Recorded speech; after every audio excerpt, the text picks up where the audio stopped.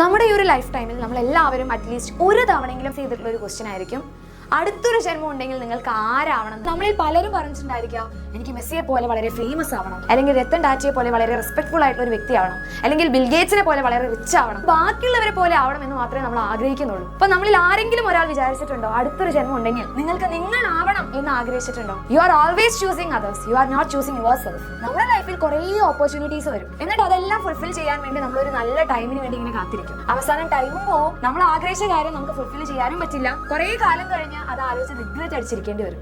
So correct ടൈമിൽ correct decision എടുത്തവർക്ക് മാത്രമാണ് ലൈഫിൽ സക്സസ് എന്ന് പറയുന്ന ആ ഒരു അൾട്ടിമേറ്റ് ഗോളിലോട്ട് എത്താൻ വേണ്ടി പറ്റിയിട്ടുള്ളൂ. നമ്മുടെ ലൈഫിൽ ബാക്കി എല്ലാത്തിനേക്കാളും വളരെ പ്രഷ്യസ് ആയിട്ടുള്ള ഒന്നാണ് ടൈം എന്ന് പറയുന്നത്. അപ്പൊ കറക്റ്റ് ടൈമിൽ കറക്റ്റ് ഡിസിഷൻ എടുത്തു കഴിഞ്ഞവരും, അതുകൂടാതെ നിങ്ങൾ എടുത്തിട്ടുള്ള ഒരു കാര്യം നിങ്ങൾക്ക് ഓക്കെ ആണെന്ന് തോന്നിക്കഴിഞ്ഞാൽ ധൈര്യമായിട്ട് മുന്നോട്ട് പോയവർ മാത്രമാണ് നിങ്ങളുടെ ലൈഫിൽ ഏതെങ്കിലും ഒരു പോയിന്റിൽ നിങ്ങൾ റിയലൈസ് ചെയ്യുള്ളൂ ദാറ്റ്സ് ഹൂ യു ആർ.